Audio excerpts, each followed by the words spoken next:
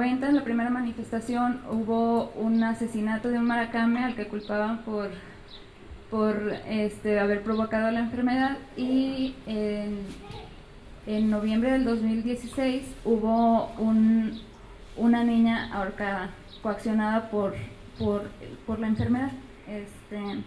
La enfermedad presenta síntomas de trance en los que los niños tienen visiones. Estas visiones están muy ligadas a los cacaoyare. Comienzan durante el tiempo de vigilia o las noches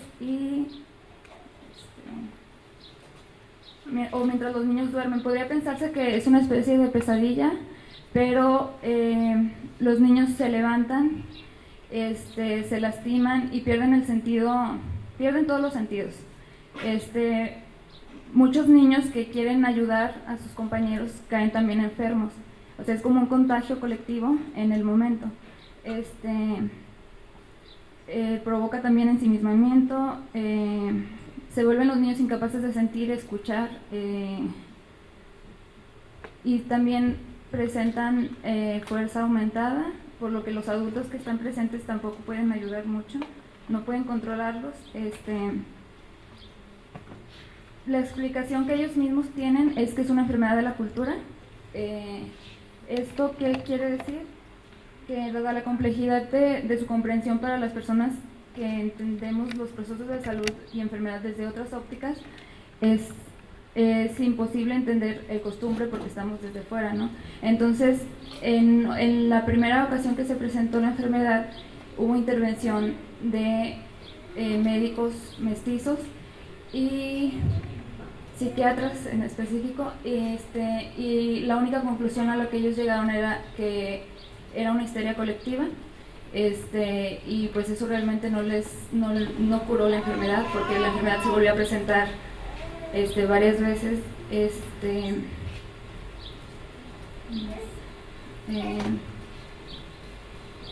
Bueno, la forma en que ellos realizan el proceso de salud de enfermedad para el tratamiento de este mal se van directamente a la intervención de un maracame, quien realiza ceremonias, va a la escuela o al albergue, y en estas ceremonias participan los papás, los niños y los maestros, y bueno, se hace una invitación a la comunidad, quien quiera asistir está presente. ¿Por qué? Porque al catalogarse como una enfermedad de la cultura, la comunidad manifiesta que es responsabilidad de todos curarla. Y bueno, en este sentido el maracame tiene un papel muy importante, porque es el único que está capacitado para fungir como puente de diálogo entre el cacaoyare, que es la entidad ofendida, y la comunidad. La etiología de la enfermedad se desarrolla a partir de, nosotros estudiamos al menos 5 momentos, dependiendo de la comunidad se explica, ¿no? Por ejemplo, encontramos que la influencia de los cacaoyare, por ejemplo, en Pueblo Nuevo era el quieri y los lobos, ¿no? En la comunidad de Nueva Colonia era Santo Domingo. También está en Tuapuri el Padre Sol. Y bueno, algo que nos llamó la atención fue el quieri, ¿no? Porque el quieri es una planta que habitualmente no se consume. Y bueno, la enfermedad se manifiesta a través de los sueños.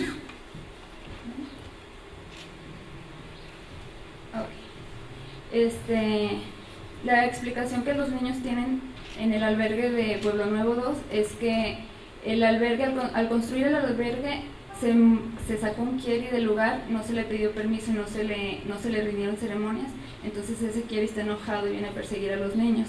También mencionan que la mayoría de los niños al estar enfermos salen corriendo hacia el lugar sagrado del quieri, que es Kumukime, que es el mirador. En este caso la enfermedad se da por la transgresión a un espacio sagrado, no es bueno, es la tensión que genera la transgresión al espacio. Bueno, sí, Bueno, por asuntos de tiempo, vamos a hablar rápidamente también de una planta que es el Pahtli, Hueyipahtli, Hueyitlacatzincli o Hueyitlacatl.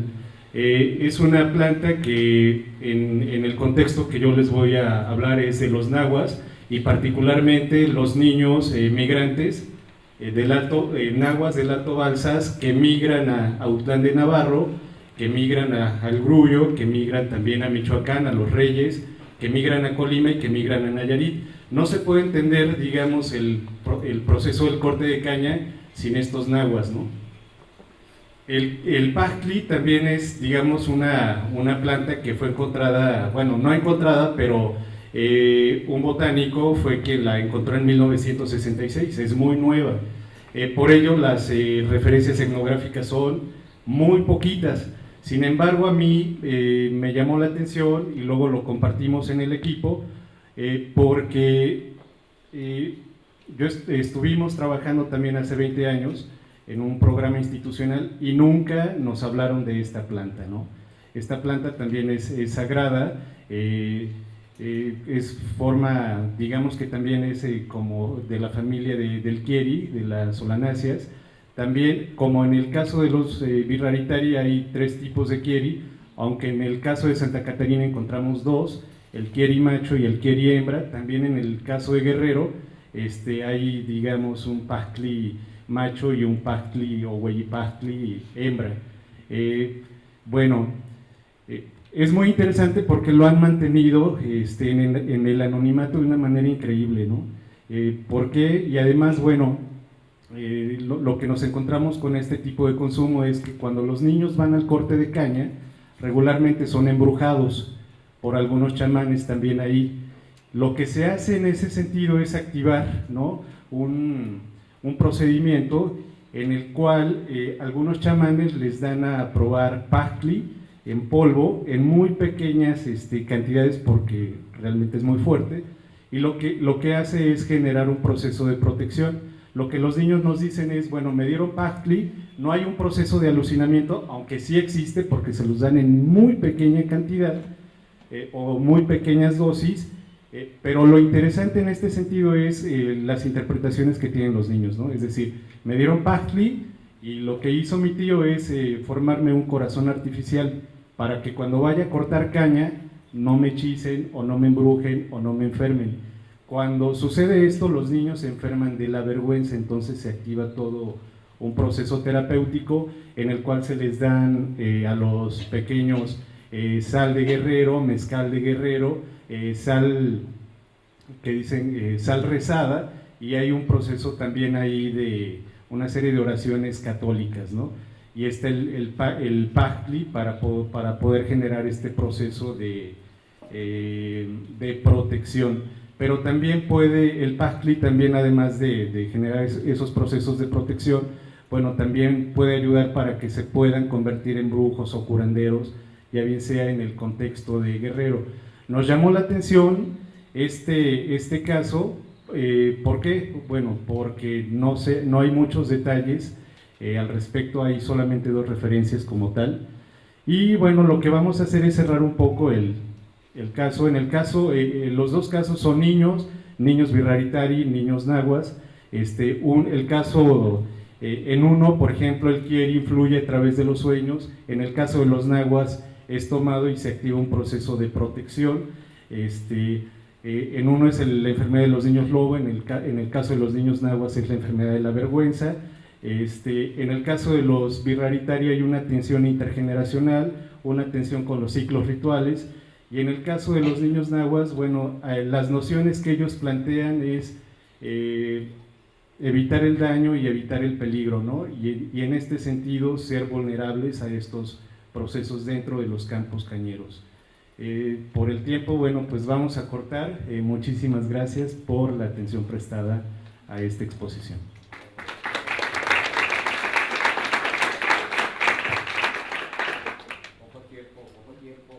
Vamos a hacer una ronda de preguntas y respuestas. Tenemos algunos minutos, no sé quién quiere preguntar.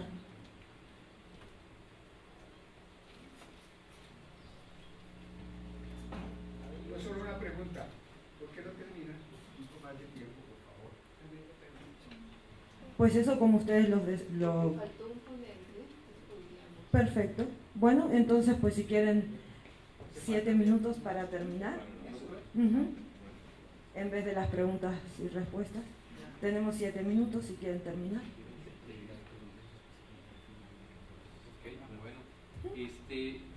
Bueno, en el caso, este estudio comparativo, lo que tratamos de mostrar es un poco las enfermedades culturales. Las enfermedades culturales de estas dos comunidades, desde la perspectiva de los niños, reflejan tensiones de dos contextos culturales opuestos, ¿no? A mí me tocó principalmente trabajar el caso del Kieri, y el caso del Kieri es una respuesta muy clara de parte de la comunidad de Toapurie en rechazo al avance de la educación no indígena. Esto coincide también con una estrategia que ha tenido la comunidad, una estrategia para la intermediación con el Estado, donde ha combinado lo sagrado con lo político. Por ejemplo, desde hace alrededor de 15 años, la educación empezó a manifestarse con tensiones entre jóvenes y maracames y ancianos, ¿no? La tensión principalmente se manifestaba en que los jóvenes ya no creían en el costumbre o ya no regresaban a las comunidades a trabajar en el costumbre, a seguir el camino del costumbre. Ahí había una tensión muy fuerte, y esta tensión fue avanzando al grado que se generaron escenarios de violencia, ¿no? Asesinatos y suicidios, y desde la lógica occidental, desde la lógica Teiwari, pues estos escenarios de violencia pues eran problemas que tenían que ver con problemas psiquiátricos, cuando se estaba reflejando una tensión muy profunda. En la actualidad, la comunidad ha optado por una estrategia muy interesante. La mayor parte de las personas que tienen un cargo tradicional o agrario son profesores, y lo interesante del asunto, son profesores, es decir, vienen del contexto educativo. Lo interesante del asunto es que no solamente son profesores, sino a la par, de manera alterna, desarrollan trayectorias rituales. ¿Qué quiere decir esto? Se involucran con el costumbre a través de cargos y mayordomías. Son jicareros, son puyustes, y de alguna manera todos los líderes han tenido estas dos tensiones, la tensión de lo sagrado y la tensión de lo político. Hace 2 meses la comunidad de Toapurie cerró los caminos como protesta en contra de la poca atención del gobierno estatal.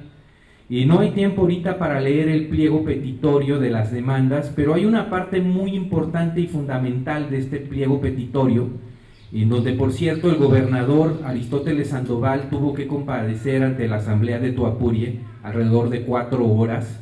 En ese pliego petitorio hay un espacio muy importante destinado a las consecuencias de la educación no indígena. Muchas familias birraritari de Toapurie y de otras comunidades de la sierra han optado por destinar a 2 o 3 hijos solamente al camino del costumbre. ¿Qué quiere decir? Como señal de protesta ante esta educación violenta, la educación no indígena, las familias están optando por no inscribir a sus hijos en las escuelas, a pesar de que las escuelas se están mostrando con una perspectiva intercultural. Estas 2 enfermedades reflejan 2 tensiones culturales latentes.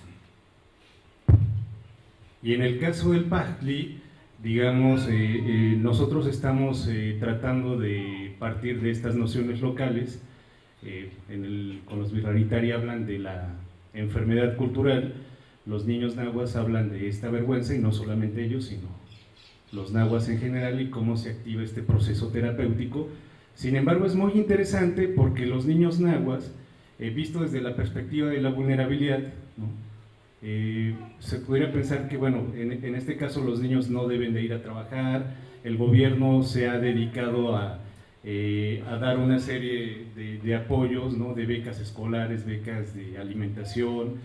Se fomenta mucho el tema de los derechos humanos, los derechos de los niños, el interés superior del niño, la Convención de los Derechos de los Niños, que se la saben de memoria, ¿no? Y sin embargo los niños van a trabajar por todo un proceso de socialización, o sea, un proceso de socialización del trabajo. Sin embargo, lo que encontramos en este sentido con los niños es que desde la noción local, ¿no? Hay lo que ellos relatan es daño y peligro, no ser dañados y no entrar en peligro con la brujería, con la hechicería, y una vez que pasa esto, entonces se activa el proceso terapéutico y la ingesta también del Kyrie. Conforme uno va trabajando los testimonios y relatos, bueno, son mucho más elaborados. Sin embargo, en el caso de los niños, bueno, encontramos estas dos diferencias, ¿no? Una o sea, los dos están en el albergue, uno en la comunidad, otro en un contexto migratorio. En los dos encontramos brujería, ¿no? Sin embargo, en una no hay ingesta, la enfermedad se activa a través de los sueños, en esta sí, para poder protegerse. Y lo que nosotros quisimos hacer es eso, no plantearlo desde los terapeutas, ¿no? Tradicionales, ni de lo alópata, ni de los chamanes, sino más bien plantearlo desde esta perspectiva de la niñez, y hemos encontrado cosas bastante interesantes. Y bueno, gracias.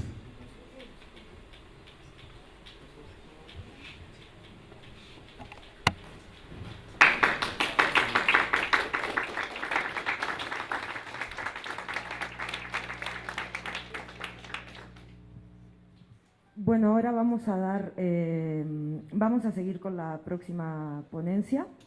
Oliver Velázquez, su ponencia titulada Chamanismo y Violencia, la práctica de la curación con yagé como articulador político y social entre comunidades indígenas en Colombia. Oliver es antropólogo enfocado en los derechos de los pueblos indígenas y bueno, pues comenzamos con su ponencia.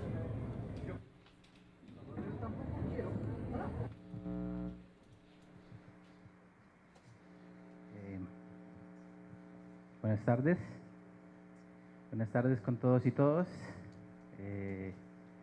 Boactán, Taita José, Taita Crispín, vienen del Putumayo. El trabajo que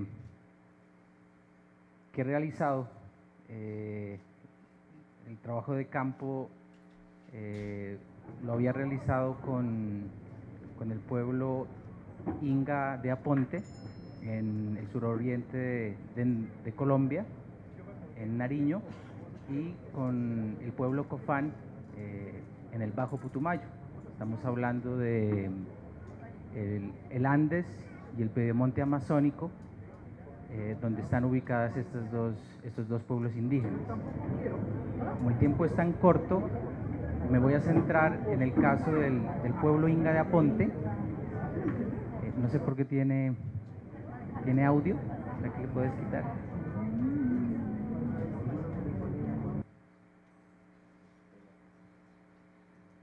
Solo quitar el volumen y...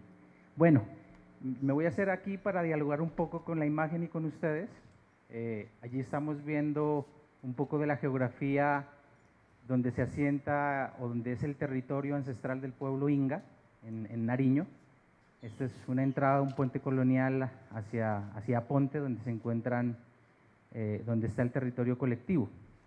La hipótesis que yo puse en consideración es que la práctica médica con yagé tiene una implicación casi inescindible o inescindible entre lo médico y lo político, y lo político y lo médico. En el sentido desde esta práctica se logran articulaciones políticas en favor de la defensa del territorio y la defensa de las personas que lo habitan. En contexto me encuentro con una situación de más de 19 años de presencia guerrillera en este territorio. La presencia guerrillera logra un control social y cultural de la población indígena, dando como resultado una serie de vulneraciones graves en términos del derecho internacional humanitario. Las más predominantes son el reclutamiento forzado de niñas y niños, una constante, digámoslo así, manipulación hacia preparar a la población indígena para la guerra. Desde el año 1986 entra el EPL, el Ejército Popular de Liberación, con un trabajo ideológico, un trabajo sobre los excluidos, el abandono histórico del Estado a los pueblos indígenas, un trabajo ideológico político. Con el eventual del tiempo llega el ELN, un poco más militarista, pero conservando su ideología y sus posturas y premisas revolucionarias. Ellos permanecen alrededor de 5 o 6 años y va entrando las FARC. Las FARC es las Fuerzas Armadas Revolucionarias, con la guerrilla que actualmente mi país ha logrado establecer unos acuerdos, ¿sí?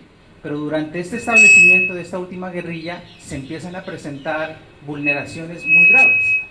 Entre ellas, lo que les mencionaba, el reclutamiento, el trabajo forzado, la humillación o el escarnio público, porque ellos decían que ellos eran informantes del ejército,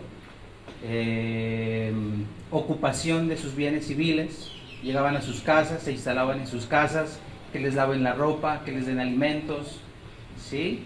Se podían quedar en sus casas. Los grupos en Aponte son 9 comunidades dispersas en todo el territorio. Estamos hablando de un territorio de alrededor de 23.000 hectáreas, que tiene comunicación con el Putumayo, tiene páramo y hacia la baja bota caucana, pues piedemonte amazónico.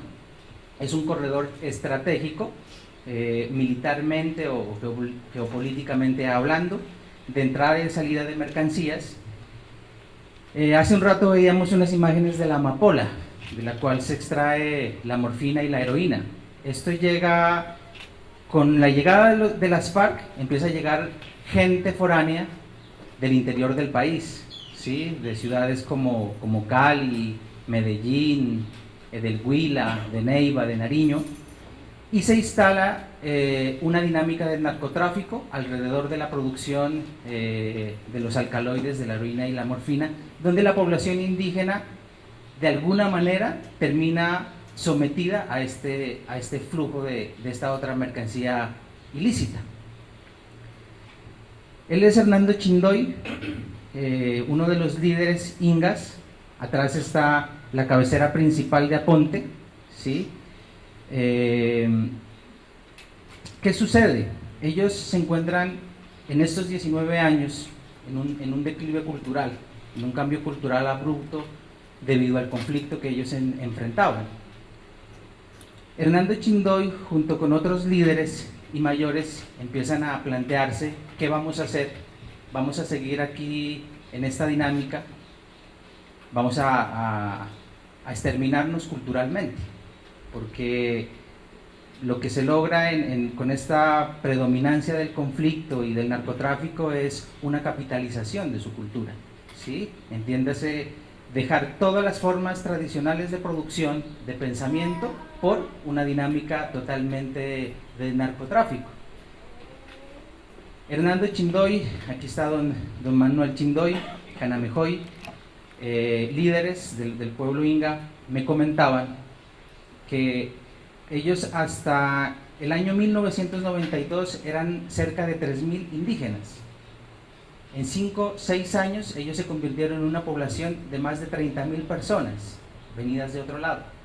Entiendan ustedes y alcancen a comprender la magnitud de lo que implica la gente foránea dentro de un territorio indígena. Pérdida cultural por donde ustedes lo quieran ver. Hernando Chindoy y las autoridades empiezan a sostener reuniones de manera clandestina con los abuelos, con los mayores, con los que todavía hablaban el inga, preguntándose cómo resolver esa situación. Entonces ellos, a partir de estas reuniones en la noche, encontrarse en ciertos puntos de su territorio para que no sean vistos por la guerrilla, retoman una práctica ancestral, que es una itinerancia sobre este vasto territorio que comprende el Andes y la selva, o el Amazonas, y es la visita y el intercambio de conocimientos con los abuelos sabedores. Por allí encontramos el que está en el centro con el tocado de plumas, es el taita Querubín Queta. Al lado está Hernando Chindoy, al otro lado está su hijo, el hijo del taita Querubín Queta. Entonces, lo que hacen ellos es trasladarse donde los abuelos, retomando estas viejas redes chamánicas, por decirlo de alguna manera, de conocimiento que siempre han existido y hasta la actualidad se sostiene, preguntándoles a ellos qué hacer, porque el llamado que encontraba Hernando Chindoy era que tenían que enfrentar a la guerrilla. Entonces era enfrentar la palabra a las armas, ¿sí? Entonces, para hacer eso se necesitaba tener una fuerza espiritual, una fuerza más allá de la confrontación. Es decir, aquí la resistencia y el manejo del poder toma una esencia positiva, creativa, de una resistencia por la pervivencia.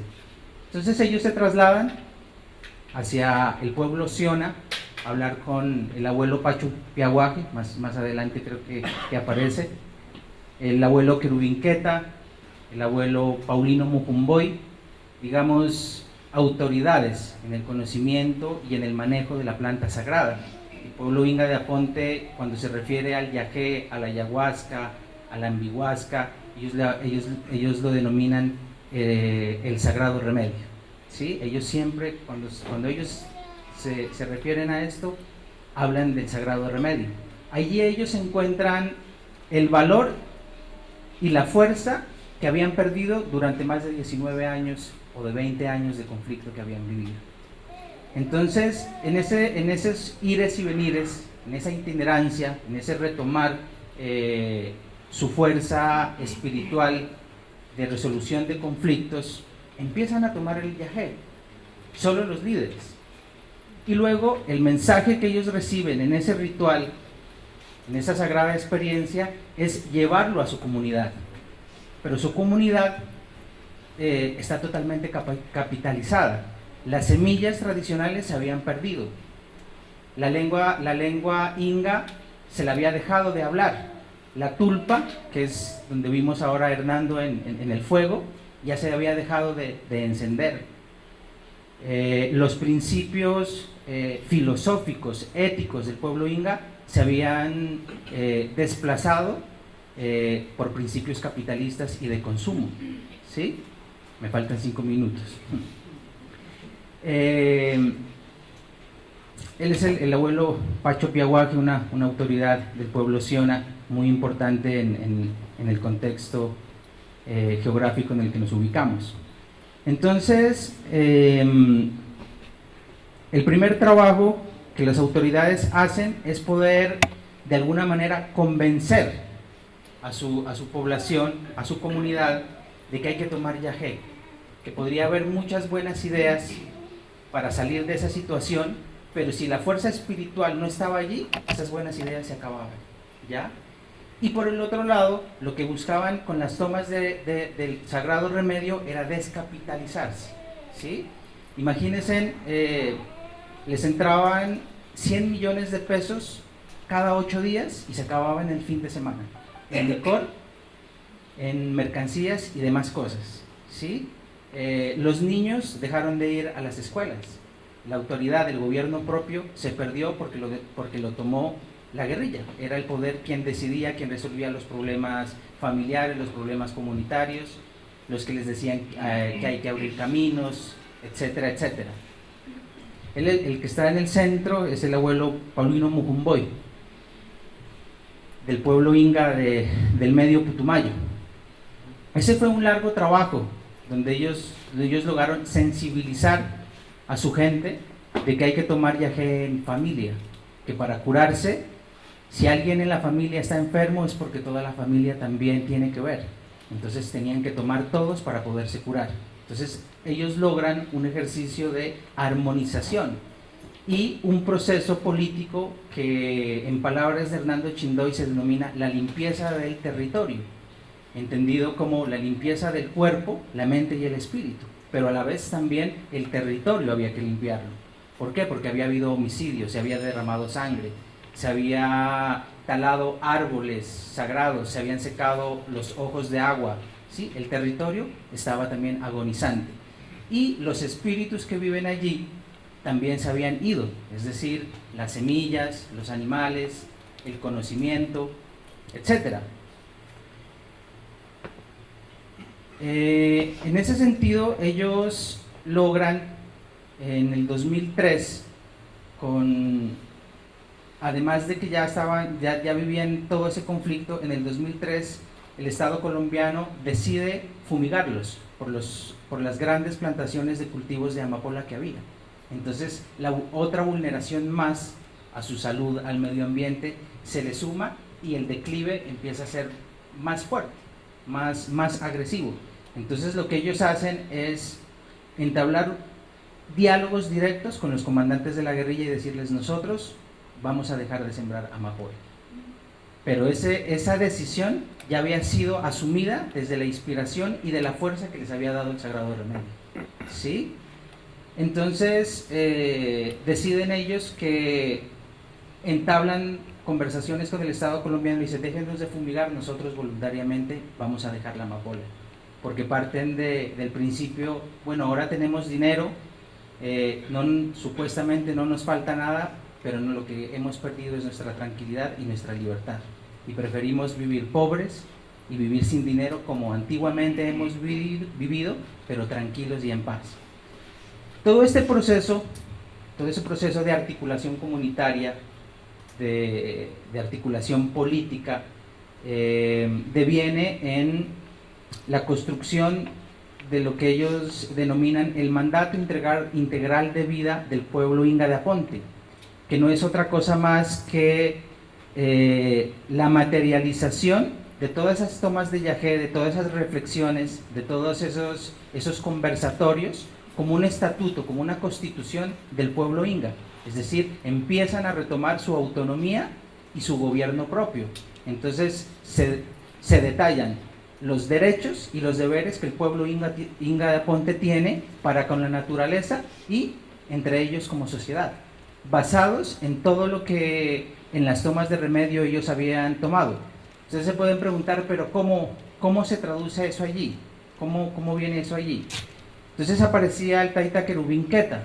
El Taita Querubín Queta, las tomas de Yagé, no sé si aquí los compañeros, los que no conocen o los que han tomado, cuando los taitas sirven la copita de Yagé, ellos le ponen el soplo, y en ese soplo va una intención. El abuelo Querubín, el soplo que le puso a esa copa fue hablar sobre justicia y territorio, y les dio a todos con esa intención, como dicen ellos, conjuraron la justicia y el territorio. Entonces esa fue una primera escuela, ¿sí? Como decir, un primer curso. Ya se me acabó el tiempo, ya voy a acabar.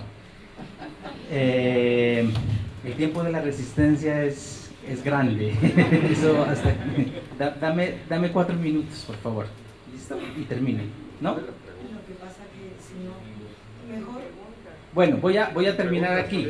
El Taita Pacho Piaguaje les habló de cultura y educación, lengua propia, vestido propio.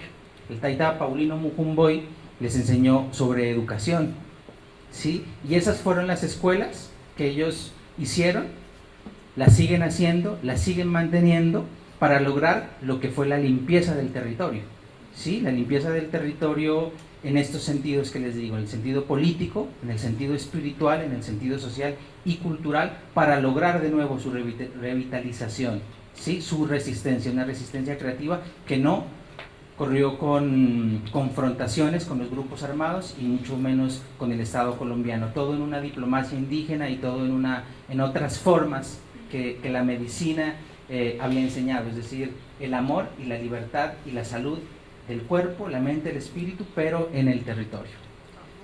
Bueno, eso es todo. Muchas gracias.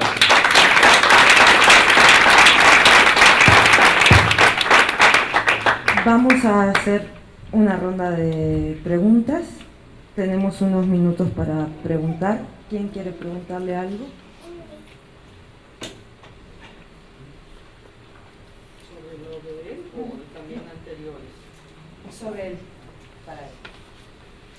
Digamos que los narcotraficantes detuvieron la producción por la presión del gobierno, o se hizo el acuerdo con las personas indígenas porque ellos ya no iban a plantar.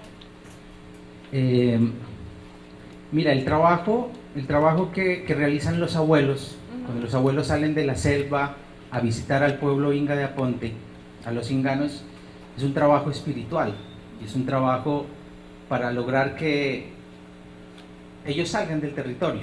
¿Cómo? Asustándose, ¿sí? De pronto ellos hacían, dicen ellos, había semanas enteras donde llovía a truenos y centellas, ¿sí? Las mismas plantas de amapola se empezaron a secar solas. Esos fueron ayudas que le hicieron. Y la otra parte de los líderes, como Hernando Chindoy, el Taita Manuel, el Taita Querubín Genemejoy y otros más, empiezan a dialogar con su gente. Y ahí hay una cosa muy interesante allí, y es que las mujeres ingas desarrollan lo que se llamó la revolución del cucharón, que era que les iban los narcotraficantes o la otra gente o la misma guerrilla, cuando llegaba a las casas y les decía, bueno, necesito una gallina, necesito un cerdo, necesito que usted me prepare una olla aquí para 20, 30 hombres, y ellos decían, aquí ya no hay nada, aquí nosotros ya no tenemos que darles, ni siquiera podemos comer nosotros, ¿sí?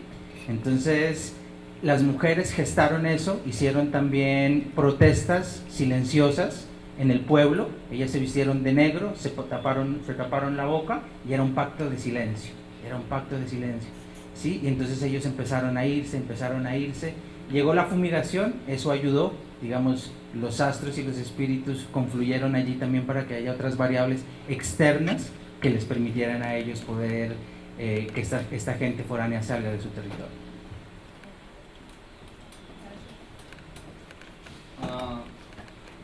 ¿Sí es necesario el micrófono? Gracias. Prácticamente lo que estás planteando es que se libró una batalla espiritual no violenta para combatir pues estas fuerzas que se estaban presentando en este territorio, y me parece que esto es sumamente importante dentro de las dinámicas del conflicto armado en Colombia. Me parece que esto es un ejemplo muy importante de cómo una comunidad que está prácticamente agonizando resurge de las cenizas y crea todo este movimiento, no solamente para resurgir, sino también para marcar un antes y un después y un referente de cómo se puede batallar una revolución espiritual y una revolución pacífica no violenta. Eso era como una pequeña reflexión, y la pregunta es ¿qué papel está jugando todo esto que tú planteas dentro del escenario del posconflicto en Colombia? Bueno, frente a tu primera reacción es indudable, ¿no? Es uno de los primeros procesos de paz, digamos, no formales que los pueblos indígenas han logrado en Colombia, y así podemos encontrar en otros pueblos indígenas procesos de resistencia o diálogos y acuerdos de paz como estos. No han sido reconocidos, y allí veíamos a Hernando Chindoy, estaba recibiendo una placa, la ONU le estaba dando una placa porque ellos lograron hacer la erradicación manual de un cultivo ilícito que los inserta a ellos en una economía mundial, y eso no se había visto en el mundo. ¿Qué sucede? Esa es la misma pregunta que los ingas se hacen, y los pueblos indígenas de mi Colombia se hacen, y dicen, pues allí siguen matando líderes indígenas, líderes sociales, los territorios ya no los ocupa la guerrilla, pero los están ocupando otros actores armados. Es incierto, ¿sí? En el caso específico de los ingas de Aponte, ellos viven una relativa tranquilidad, pero porque ellos han logrado hacer de este proceso consolidar su autonomía.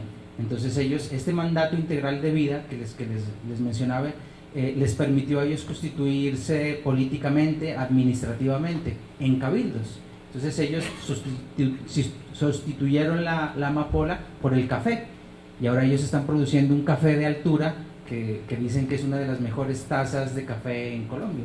Entonces son otras formas de resistencia muy válidas, pero que no tiene que ver ahí nada el Estado. Es su autonomía y su gobierno propio el que está haciendo ahí un proceso de paz y de armonía, sobre todo, ¿no? En su territorio. ¿Alguien más?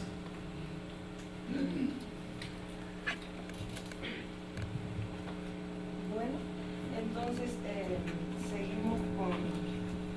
Muchas gracias.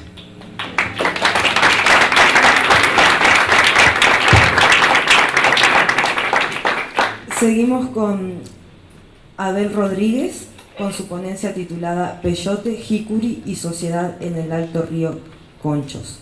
Abel es doctor en estudios mesoamericanos por la UNAM y maestro en filosofía social por ITESO de Guadalajara. Muchas gracias. Agradezco mucho la invitación a Vía Labate y a todo su equipo que ha organizado un congreso increíble. Bueno, miren, voy a tocar 3 puntos brevemente. Uno que tiene que ver con un aspecto que me llama mucho la atención respecto del jicuri o peyote presente en la cultura tarahumara, en la sociedad tarahumara más bien dicho. Me llama la atención que hay una mínima presencia objetiva y que hay un máximo impacto subjetivo entre los tarahumaras o rarámuri. El segundo punto sería una síntesis de un caso etnográfico con relación a las creencias en torno al jicuri o peyote, y un tercer punto en el que exploraría un poco algunos de los significados del jicuri o peyote entre los rarámuri. Rarámuri es el endónimo o cómo se llaman a sí mismos, y los indígenas a los que me refiero, y tarahumara es un exónimo que se les ha impuesto desde la época colonial. Bueno, entonces comienzo que me llama la atención que entre los rarámuri de la Sierra Tarahumara no hay una presencia física permanente, ni a la vista, ni en resguardo continuo de peyote, y que no se practica la ceremonia del peyote, que es el único espacio en donde aparece el peyote realmente, no se practica en toda la sierra.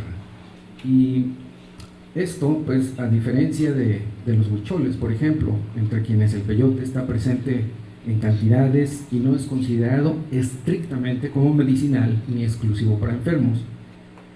Para los tarahumaras, en cambio, su presencia física en las comunidades es mínima y su uso es exclusivamente medicinal y para enfermos. En contraposición con esto, llama la atención que las creencias en torno al también llamado jicuri tienen un impacto sin parangón con las creencias en algún otro ente de la cosmología rarámuri, como podrían ser el habitante de abajo, las serpientes del agua, los bacanwa, los sucuruame u otros entes. Es decir, el rango del jicuri es demasiado elevado entre los indígenas, entre los rarámuri, aun cuando son diametralmente opuestos el temor o la veneración hacia este y la experiencia empírica que los rarámuri en general tienen de él.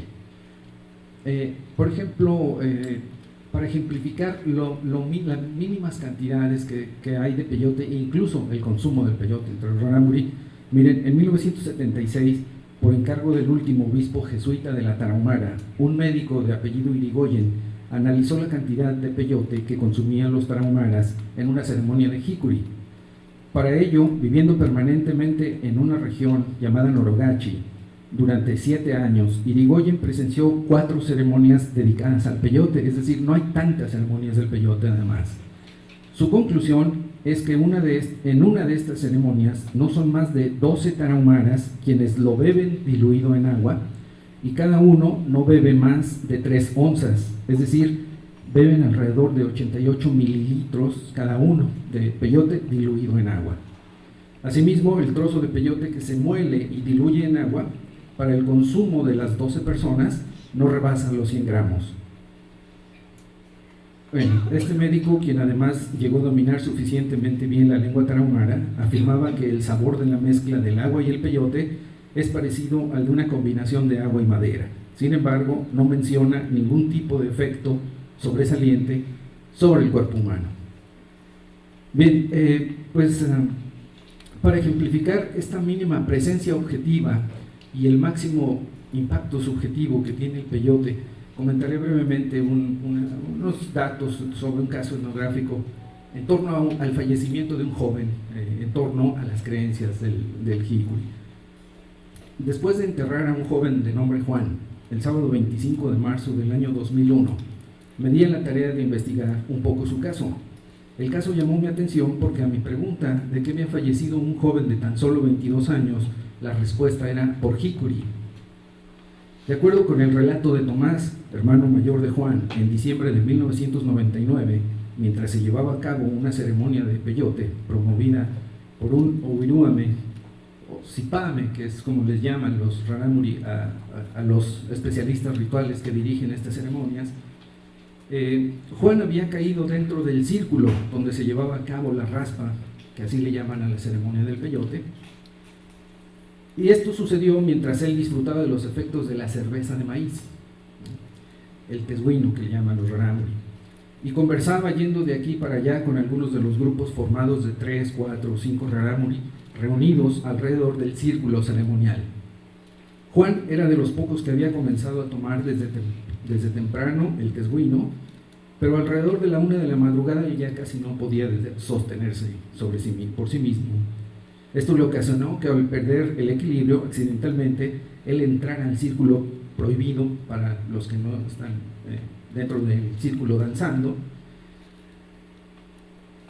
además de haberlo hecho sin permiso y sobre todo en estado de ebriedad, cuestión que a decir de Tomás molestó mucho al jicuri.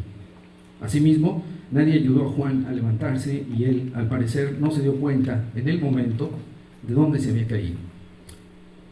Al parecer, solo uno de los músicos, un tío de Juan, lo incitaba a que se levantara y saliera inmediatamente del círculo. Alrededor de un mes después, Juan llegó a la pequeña clínica que las religiosas mínimas de María Inmaculada aún hoy tienen en Tehuerichi, un ejido dentro de la Sierra Tarahumara. Al tercer día de permanecer en la pequeña clínica y el diagnóstico que las religiosas hacían como desnutrición, Juan fue sujeto a auxilios básicos que allí se le proporcionaron, intentos de que comiera, sobre todo ya que su cuerpo estaba muy débil. Al ver las religiosas que Juan no mejoraba y cada vez más perdía el apetito, ellas decidieron trasladarlo a Sisoguichi, lugar en donde esta congregación femenina aún hoy tiene un hospital de nombre Tarahumara. Atendido allí por otros médicos o por médicos pasantes de distintas universidades del norte de México. Allí se le practicaron análisis de laboratorio que a su vez enviaron a Chihuahua y regresarían una semana después. Atendido allí, Juan solo atinaba a decir lo mismo que venía diciendo desde hacía algo más de un mes, que le dolía la cabeza y el pecho porque el jicuri le estaba comiendo el corazón. A la segunda semana de que Juan hubiera llegado con las religiosas de Tehuerichi y no habiendo encontrado nada a los médicos de Sisoguichi, solo que Juan estuviera muy delgado y ahora con sudoraciones nocturnas cada vez más notables, no comía y menos dormía. Este fue trasladado al Hospital General de la ciudad de Chihuahua, en el norte de México. Allí permaneció 3 días más y los médicos con un nuevo estudio dieron un diagnóstico de tuberculosis avanzada. Y aunque el tratamiento se inició a la brevedad, al parecer la enfermedad había ya atacado gravemente ambos pulmones de Juan. De acuerdo con el testimonio de una de las religiosas que acompañó a Juan a Chihuahua, de nombre Eva y que es actualmente directora del Hospital Tarahumara en Sisoguichi, Juan siguió siempre en la seguridad de que el jicuri le comía el corazón.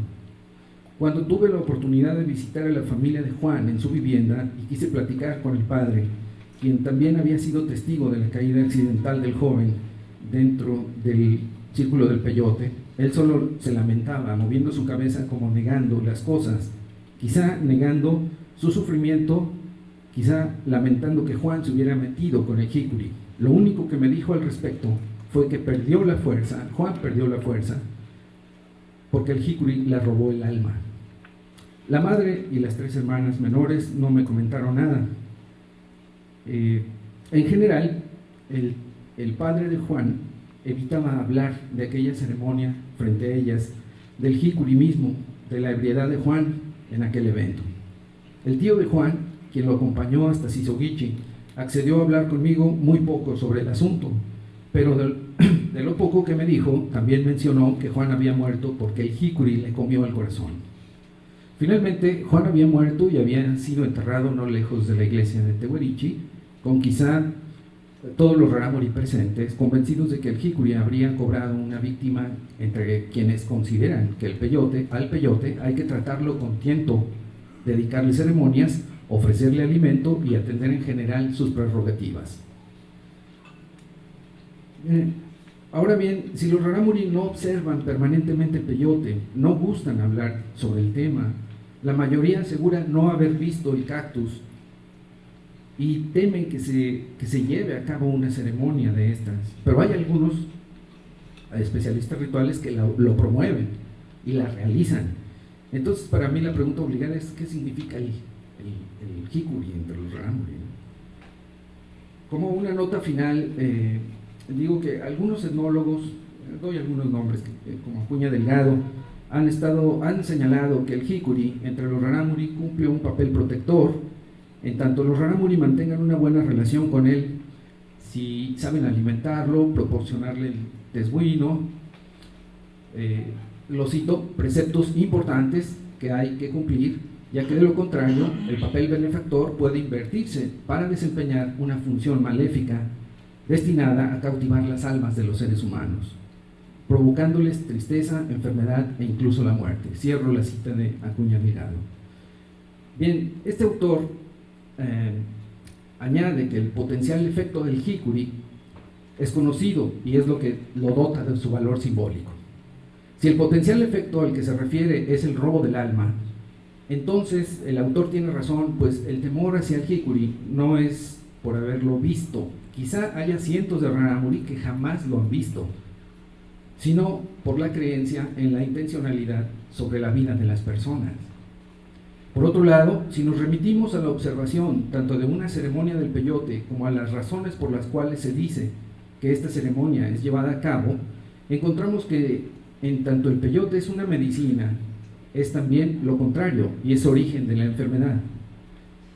Es también un agente cuya relación con los rarámuri remite a las relaciones sociales más allá de lo humano, es decir, se trata de un agente intencional, no humano, que actúa robando el alma, o bien curando a los enfermos de este padecimiento. Así lo prueba el caso de Juan, que para él y los suyos no estaba enfermo del cuerpo, sino de una enfermedad distinta. El peyote es un agente ambivalente entre los rarámuri.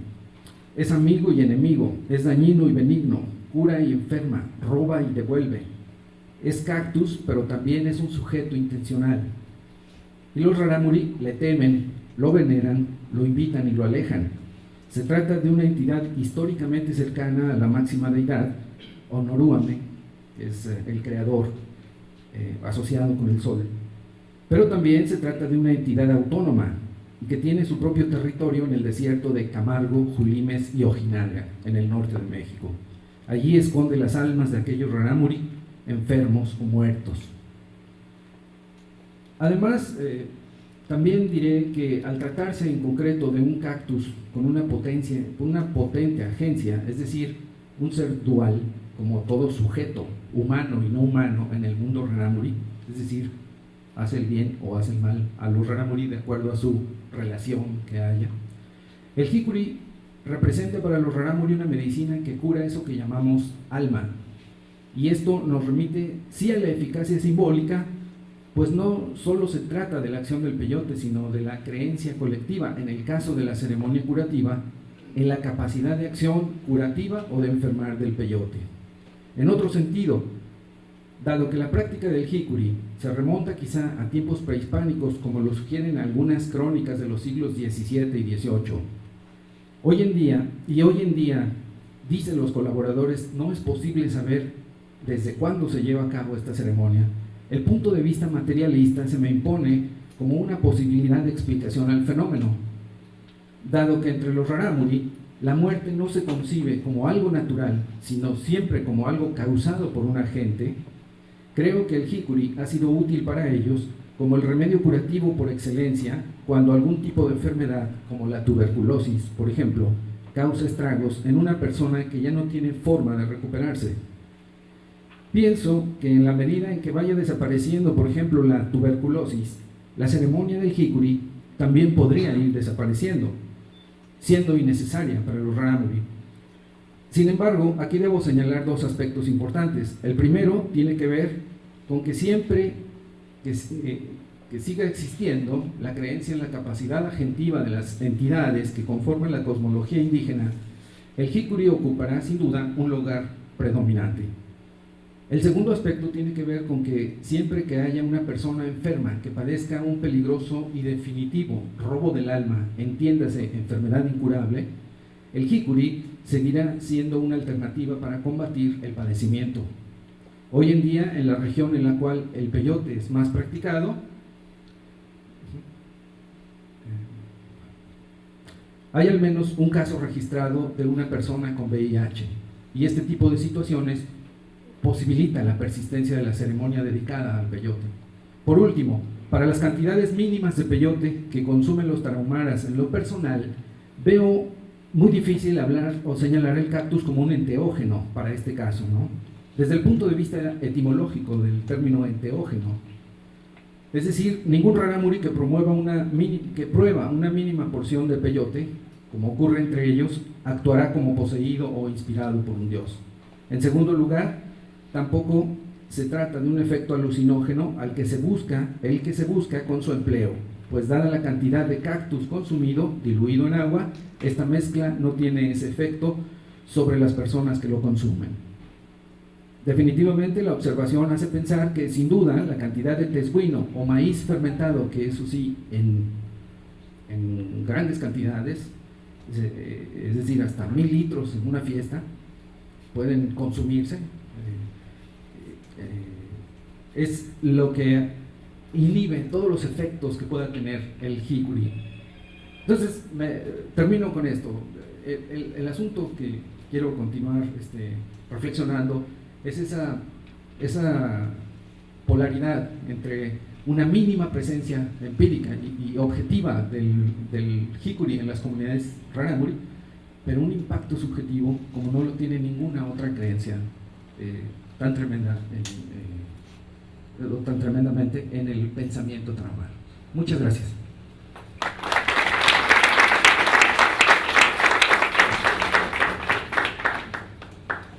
Si alguien tiene alguna pregunta para el compañero, lo puede.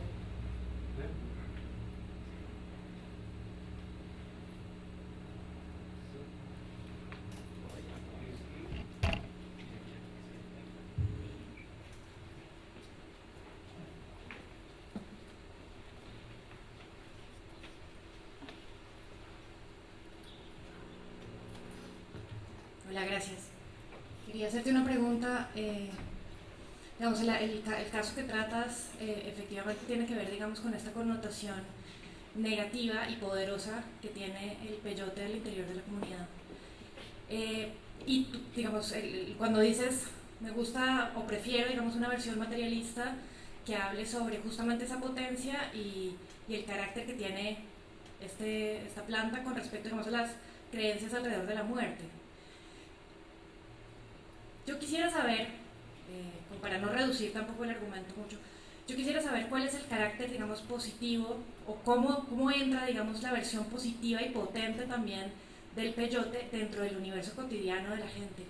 ¿Sí? Porque tú mismo dijiste, digamos, tiene esta doble connotación como la mayoría de las plantas de poder, ¿cierto? Pero teniendo en cuenta, digamos, esta relación directa con la creencia sobre la muerte, ¿cuál sería la contraparte, digamos, empírica, vista en el trabajo de campo etnográfico, de cuál es la parte positiva? Bueno, sí, mencioné que en la vida cotidiana no hay una presencia, por ejemplo, en las viviendas rarámuri, cotidianamente no hay una presencia del jicuri, hay una presencia del jicuri, excepto en una vivienda, entre todas las viviendas, que son las viviendas de los cipami. Los cipami son muy poquitos entre los rarámuri, no hay muchos cipami. digamos que son los especialistas rituales que curan a las personas con un poder tremendo, que quizá a través de ello se presentaría la connotación más positiva del Hikuri, es a través de ellos, en tanto ellos pues están en la vida cotidiana de la comunidad, están presentes, siembran con los demás, no se distinguen, en tanto siembran con los demás, tienen sus animales que de ellos mismos tienen que cuidar, etcétera, etcétera. Entonces hay una connotación, pero al mismo tiempo negativa, porque yo creo que el Cipame es susceptible siempre de ser visto como alguien que puede hacer daño o puede hacer totalmente bien a la comunidad. En ese sentido, me parece que a través del Cipame, del especialista ritual que convive cotidianamente con los demás, es como se presenta más cotidianamente la repercusión positiva que puede tener el Hikuri entre los Rarámuri. Más allá de que el Cipame va a un viaje entre septiembre y octubre a recoger bien poquito peyote, tampoco traen las grandes cantidades, jamás, bien poquito, 3 biznagas o 3 cactus cortaditos, sin cortar la raíz, por supuesto. Más allá de eso, no hay más presencia, y eso es el asunto que me llama la atención. En fin, a través del Cipame podría tener su repercusión más claramente positiva el peyote en la comunidad. ¿Alguien más quiere preguntar algo? Hola, Ben. Quería preguntarte sobre qué opinas tú sobre la vuelta a las tradiciones en torno al peyote para el tratamiento de distintas problemáticas que puede tener la comunidad rarámuri. O sea, cómo la vuelta a la tradición del peyote puede ayudar a las problemáticas que vive el pueblo rarámuri. ¿Qué es lo que opinas sobre esto? Gracias. Gracias por sus preguntas. Miren, yo creo que es importante la permanencia de la tradición del uso del peyote entre los rarámuri. Los rarámuri hacia afuera de la comunidad están siendo muy fragmentados, están siendo muy invadidos por la cultura dominante, en tanto se va desplazando el idioma tarahumar por el castellano, se va desplazando el uso de la práctica tradicional de ritos y ceremonias milenarias, y yo creo que la mantención o la vuelta al peyote es importante, en tanto hacia adentro la cultura se fortalece mucho más, porque es un elemento que, como decía, está mencionado en las crónicas coloniales, y esto quiere decir que probablemente de manera prehispánica se utilizaba y era algo que le daba identidad al rarámuri, le da identidad al rarámuri. Creer, temer o venerar al peyote le da identidad al rarámuri. Y en ese sentido me parece que es importante mantener, apoyar, impulsar este tipo de ceremonias, de creencias, definitivamente, porque es parte de la identidad y del acervo cultural de la humanidad en realidad. Me parece que va por allí. Y en la medida que los Owiruame, los Cipame tengan también diálogo con los médicos alópatas, porque los han tenido, yo creo que eso puede enriquecer mutuamente ambas visiones.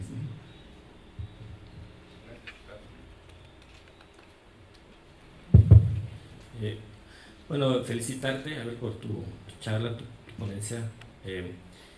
Y bueno, estoy totalmente de acuerdo, ¿no?, con este planteamiento que haces sobre la mínima presencia objetiva y el mayor impacto subjetivo, ¿no?, de Hikuri. Porque he tenido, digamos, hemos conversado esta mayor experiencia con Bacano, ¿no?, que en las pláticas, en los rituales, pues, por invitación de Felipe, ¿no?, Cipano, que está con nosotros acompañándonos. Y en ese sentido, en relación a la pregunta también de la compañía, ¿no?, sobre la presencia objetiva, ¿no?, que estaremos pensando, ¿no?, que se da a partir más bien de el trabajo de los Cipame, ¿no?, de la posesión de las plantas. Pero si en tus charlas, en tu trabajo, esta dimensión subjetiva, ¿no?, uno aprecia mayor estas dimensiones, en los sueños particularmente tú encontrarías, ¿no?, esta presencia, este mayor impacto, ¿no?, como una de las dimensiones de esta, digamos, dimensión subjetiva, ¿no? Me interesaba también ahorita otra conferencia allá con Arturo Gutiérrez justamente sobre los sueños, ¿no?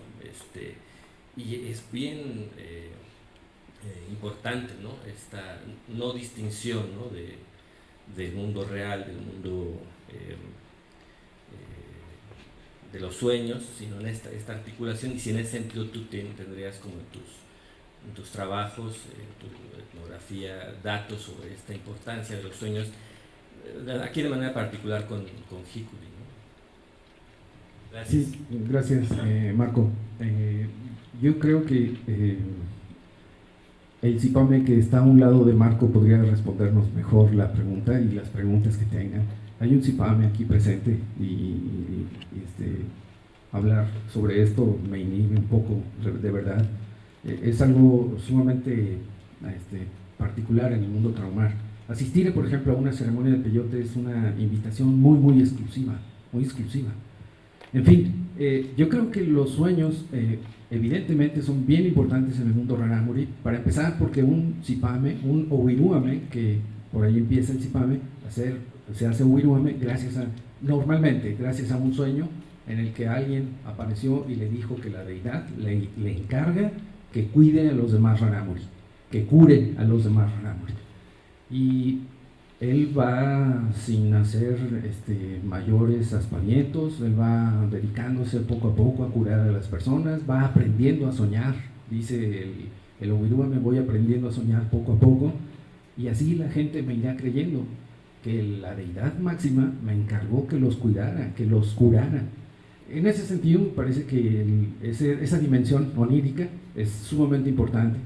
Y respecto de ya directamente una relación entre Hikuri y sueño, no he encontrado yo mayormente elementos, pero sin duda otros etnógrafos señalan que, por ejemplo, un sueño importante de algún CIPAME fue haber soñado que el mismo Hikuri le pide que se dedique al Hikuri, y eso es algo tremendo que muchos rarámuri no quieren y otros que sí lo aceptan para beneficio de su comunidad. En fin, creo que por ahí va un poco más, ¿no? Gracias. Una pregunta más. Cortica, ¿por qué la persecución al peyote, dado que aparentemente tiene bajos potencial psicoactivo? ¿Por qué la persecución? Uno encuentra en las noticias permanentemente que capturan a indígenas, incluso fuera de sus territorios o en tránsito con peyote, y pues supongo que afrontan procesos judiciales. ¿Por qué, dado que usted explica tiene bajo contenido o bajo efecto psicoactivo? ¿A qué se debe esa persecución? No, yo la verdad no sé si el peyote tenga bajo contenido psicoactivo.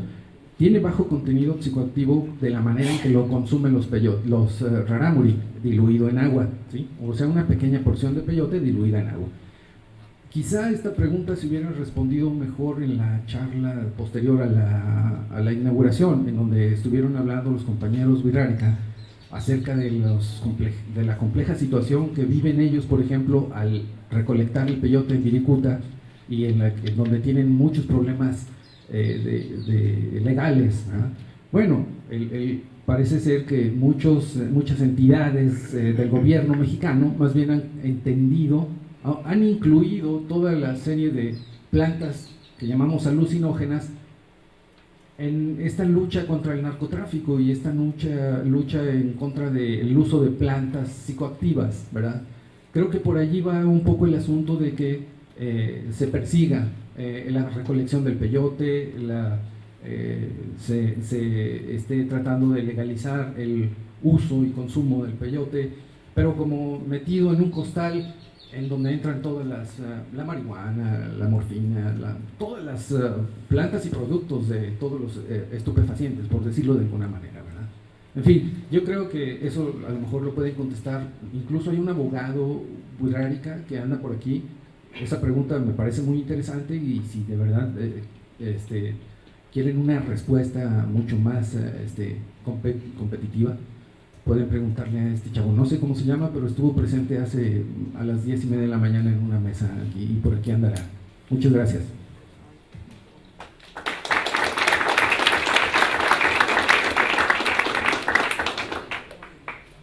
Vamos a dar inicio a la última ponencia de la mesa. Elizabeth Mateos es doctorante en el posgrado de Historia y Etnohistoria de la Escuela Nacional de Antropología e Historia y nos presenta la ponencia titulada Tlatlashivit, la hierba del especialista ritual Xicobatonali. Muchas gracias, buenas tardes. Bueno, el área de investigación se ubica en el municipio de San Sebastián Tlacotepec. Este se encuentra al sureste del estado de Puebla, en la Sierra Negra, colinda al norte con el estado de Veracruz, al sur con el estado de Oaxaca, al este con ambos estados y al oeste con los municipios de Elosochitlán, Zoquitlán y Coyomeacan.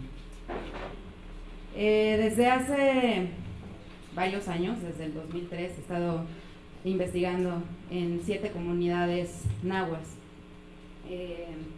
Es Tlacotepec de Porfirio Díaz, que es la cabecera municipal, Coachuchpa, San Martín Mazateopan, Tepetla, Tlaquechpa, Tlaxitla y Vistahermosa, que se encuentran en las laderas del Cerro Cobatepet. Esta es una montaña de gran importancia en la cosmovisión de los tlaqueños, ya que es el lugar donde nacen las hierbas sagradas más poderosas. A ellas les nombran Tepechivime, las hierbas del cerro, entre otros entramados simbólicos que yacen en dicha formación orográfica. Como planta sagrada, entiendo la característica de una planta medicinal con propiedades psicoactivas o sin ellas, de ser un receptáculo de una entidad divina o de la naturaleza zoomorfa o humanizada, que al contacto o ingestión se tiene comunicación con ella y se adquiere parte de su fuerza anímica. El bosque tropical perennifolio de la serranía poblana conserva una gran cantidad de especies vegetales, entre las que se encuentra la planta de la familia Urticacea, Pilia y Rorata don, nombrada localmente como Tlatlashivit o hierba del rayo. Esta hierba únicamente es empleada por los especialistas rituales Xicobatonaltin, los del tonal o espíritu de serpiente de fuego. En estas poblaciones viven varios especialistas rituales Xicobatonaltin. Sin embargo, me referiré únicamente a una mujer llamada Citlali que vive en Coachuchpa. Ella posee el Islamachilis Tlatlatzinilistli, es decir, el don del rayo. Este don, destino o estrella, como le nombran en castellano los nahuas, se identifica desde que son embriones. Citlali cuenta que algunas noches su espíritu otonal salía del vientre de su madre en forma de una bolita de fuego para recorrer la periferia de la casa. Como aún era muy pequeña, no se alejaba mucho. Así es como el espíritu del que será Xicobatonali comienza a conocer lo que le rodea. Al nacer el bebé Xicobatonali, su don vuelve a ser constatado cuando se encuentra dentro de la bolsa amniótica, característica del parto empelicado. Aluden que ha nacido a semejanza de una serpiente, como en un huevo. Así que esperan a que el bebé se despoje por sí mismo de dicha membrana para que no pierda su don. Conforme va creciendo, la actividad onírica se intensifica para conocer todo su entorno y adquirir mayor conocimiento respecto a su labor como especialista ritual, curandero, regulador de ciclos geográficos, vegetales y meteorológicos. Los Xicobatonali se identifican con el rayo y el fuego porque son algunos elementos que le dan la facultad para volar. Por ello, se pueden transformar en esferas de fuego para ir hacia las cuevas y los cerros donde se encuentran las hierbas medicinales con las que curan. Además, el rayo y el fuego también se identifican con el agua, pues es donde viven 3 de sus alter ego animales y donde se encuentra la Tlatlashivit, hierba del rayo, la que también le otorga poder para volar. Al rayo, entre los nahuas, se le considera como portador de un fuego frío, relacionado con el agua porque anuncia la lluvia y se manifiesta constantemente cuando hay tormentas. Un mito que trata de explicar el complejo que involucra estos elementos, como a muchos otros, y que he ido armando a través de los años con los relatos de diferentes personas, es el de la Xicobat, serpiente de fuego, animal quimérico y principal animal compañero o alter ego de los especialistas rituales Xicobatonaltin. En esta ocasión resaltaré dentro del mito el origen de la hierba Tlatlalchivit. Damián Moreno, habitante de la comunidad de Tepetla, cuenta que en la ladera sureste del Cobatepet, Cerro de la Serpiente, donde se encuentra una cueva de la que emana agua y se oculta tras una cascada, habitaba un gran ofidio que manifestaba su presencia con un brillante resplandor de arcoíris, mismo que de noche se apreciaba como fuego, un fuego verde azulado, como cuando la leña no está seca y así saca su lumbre. Luego de una gran tormenta, la víbora salió de aquella oquedad por el cauce del río Tonto, haciéndolo más ancho, y jamás la volvieron a ver en aquel lugar como habitante permanente. Esa culebra era una Xicobat que custodiaba la laguna en la cima del cerro, cuyas aguas son las que discurren a través de la cascada hacia el Atéscat, el espejo de agua. De ahí continúan su ondulante recorrido hasta el mar. Por su parte, doña Leónides, oriunda de la comunidad de Tlaquechpa, relata que la víbora del Cobatepet hace mucho tiempo llegó en forma de rayo a la laguna de su cima y fue creciendo hasta que ya era grande y salió por la cueva antes mencionada. Pues como ya le habían crecido plumas, tenía ganas de volar, quería llegar hasta el mar de Veracruz para tener más espacio y subir hasta el cielo. La Xicobat, a su paso por el cauce de los manantiales, ojos de agua y ríos, fue dejando sus plumas que se convirtieron en la hierba Tlatlalchivit. Don Demetrio Moreno, del pueblo de Tepetla, comenta que las plumas le crecen porque la serpiente gusta de comer aves. Ello ocasiona que las escamas crezcan hasta derivar en un vistoso plumaje. Citlali ha aprendido de su madre la manera de emplear la hierba Tlatlalchivit, entre muchas otras. Sin embargo, a través del sueño ha recibido la instrucción de sus ancestros Xicobatonalti, de la Xicobat y de las entidades dueñas o moradoras en el cerro, los sitios donde se encuentran estas hierbas que le fueron entregadas como un objeto de poder que también utilizará para curar a las personas. Una noche Citlali tuvo un sueño en el que ella se encontraba nadando en una poza de agua al pie de Cobatepet, en el Atéscat, espejo de agua.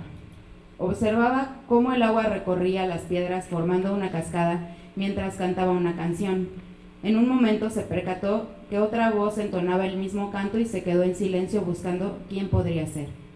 Fijó la mirada en las piedras de la cascada donde se movían unas hierbas con mayor énfasis, de manera ondulatoria. Era la Xicobat en forma de sirena. Sus escamas eran hojas de Tlatlalchivit y en su largo cabello rubio también llevaba de estas hojas que al peinar brillaban entre azul y verde, como el fuego que produce la leña húmeda. Con una señal, la Xicobat indicó a Citlali que se acercara. Así que atendiendo al llamado subió por las piedras y la sirena le colocó en el cabello a manera de pasadores o prendedores algunas hojas de Tlatlalchivit. Unas cuantas más las colocó en su ombligo. Al contacto se prendieron como una llamarada. Acto seguido le puso en la boca un poco de flores de la planta. Por último le tomó las manos colocándole 7 pequeñas navajillas de obsidiana y en ese momento despertó. Entonces supo que esa hierba le había sido otorgada como la planta sagrada que le permitiría tener comunicación con la Xicobat, serpiente de fuego, y también como una medicina para sanar a las personas que lo necesitan. La hierba Tlatlalchivit se utiliza para curar a las personas que se han asustado en el agua y parte de su espíritu ha quedado allí, ya sea porque estuvieron a punto de ahogarse, por estar cerca de donde ha caído un rayo o por haber entrado a una cueva. Su efectividad se determina dentro de un contexto ritual, en el que Citlali la noche anterior a realizar la curación macera algunas plantas en una jícara con agua de la cascada donde las cortó. Toma un poco de la planta macerada y la masca durante 1 minuto aproximadamente.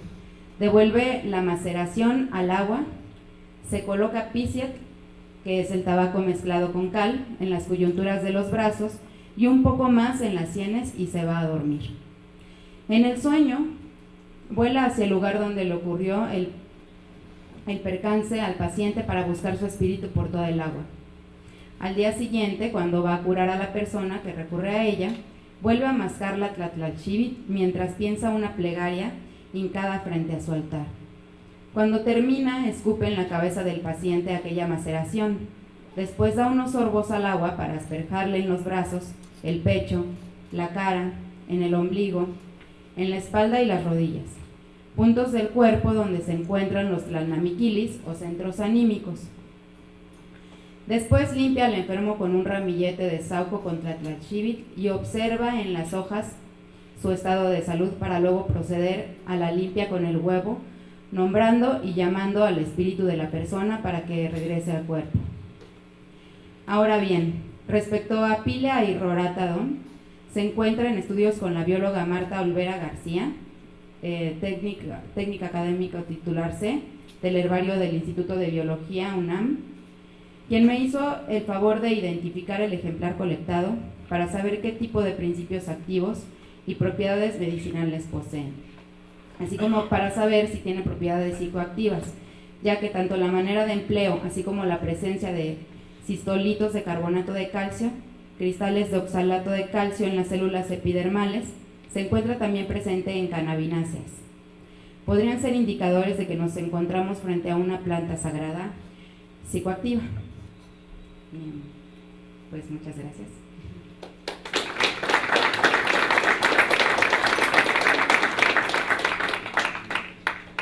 Bueno, ¿alguien quiere preguntarle algo a Elizabeth?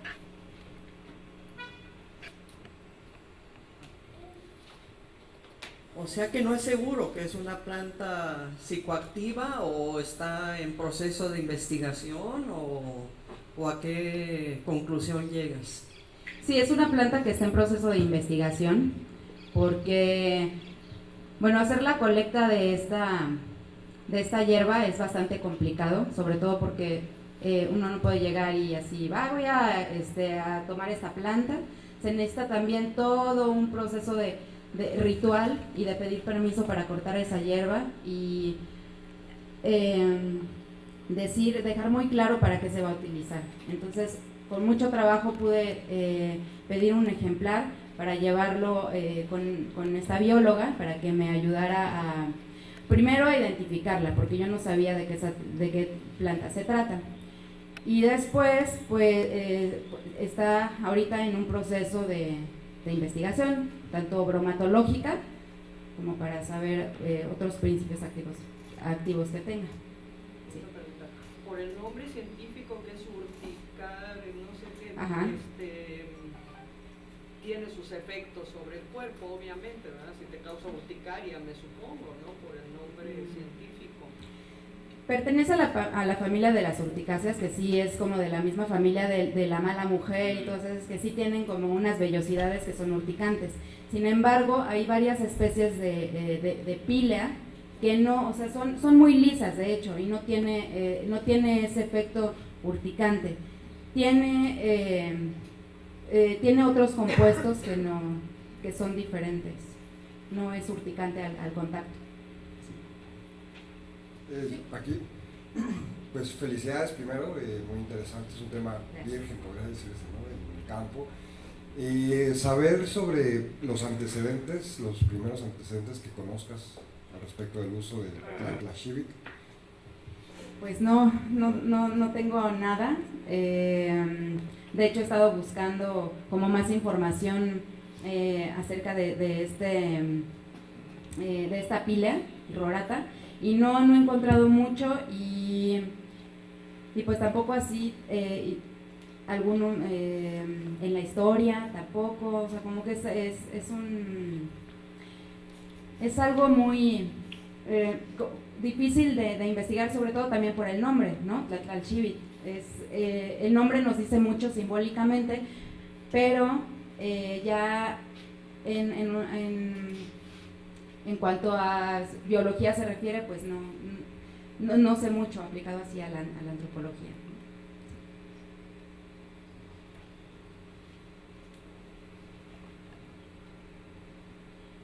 Bueno, pues nos quedan todavía unos minutos. Si alguien quiere preguntar de manera general a todos los ponentes, algún comentario, alguna otra pregunta que haya faltado de un ponente anterior. Bueno, yo con el tema del Kieri y de los niños lobo, que creo que quedó así medio trunco el asunto.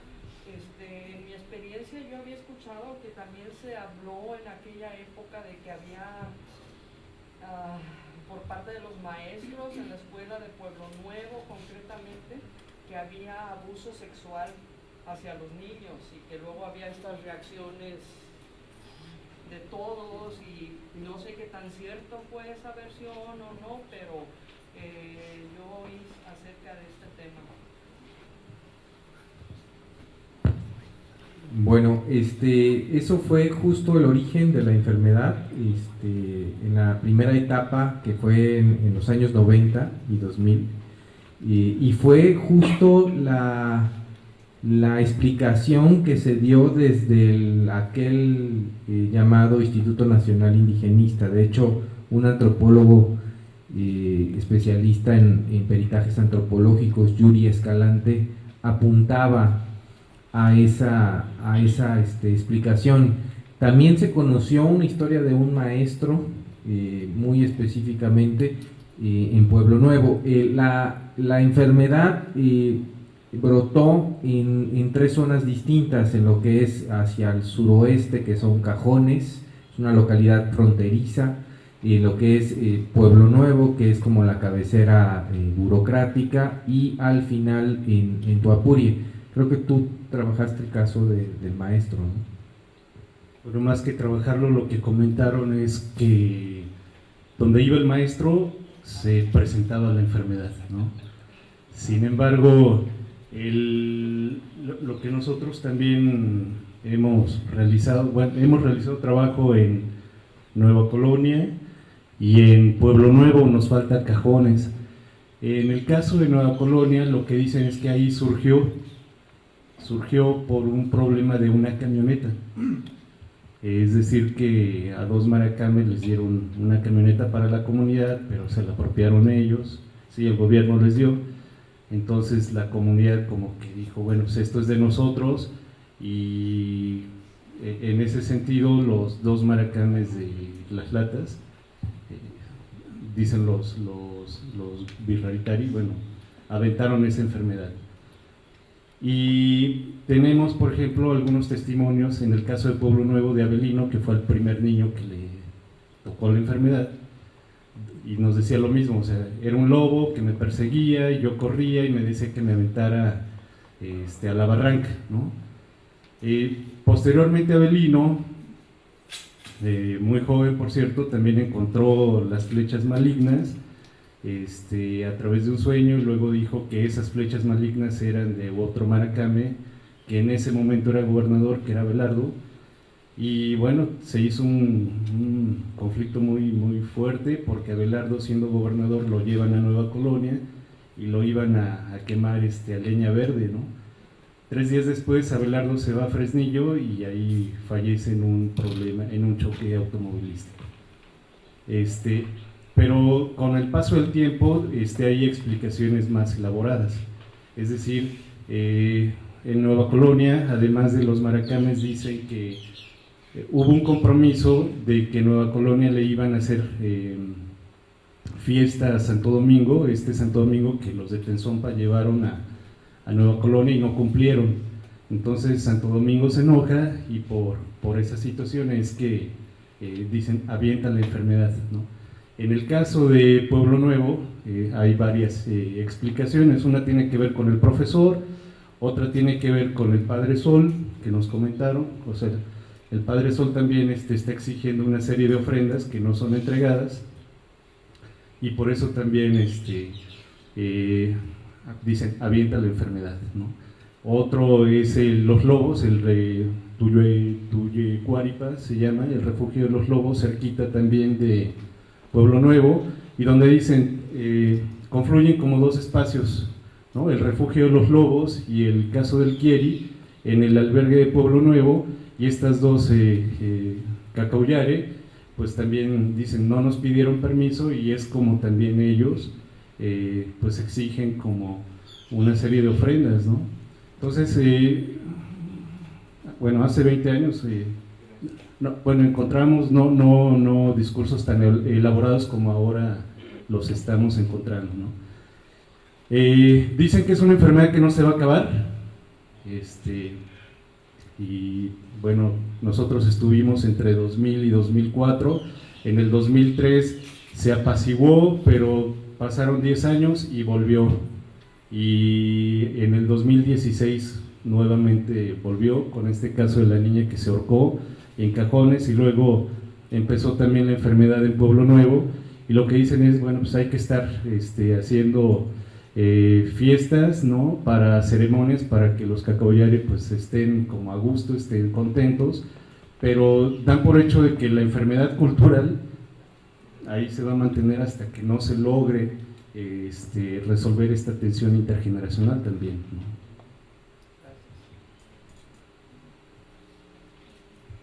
Perfecto, bueno, damos por terminado la mesa. Vamos a pedir dos cosas, un aplauso para todos los ponentes y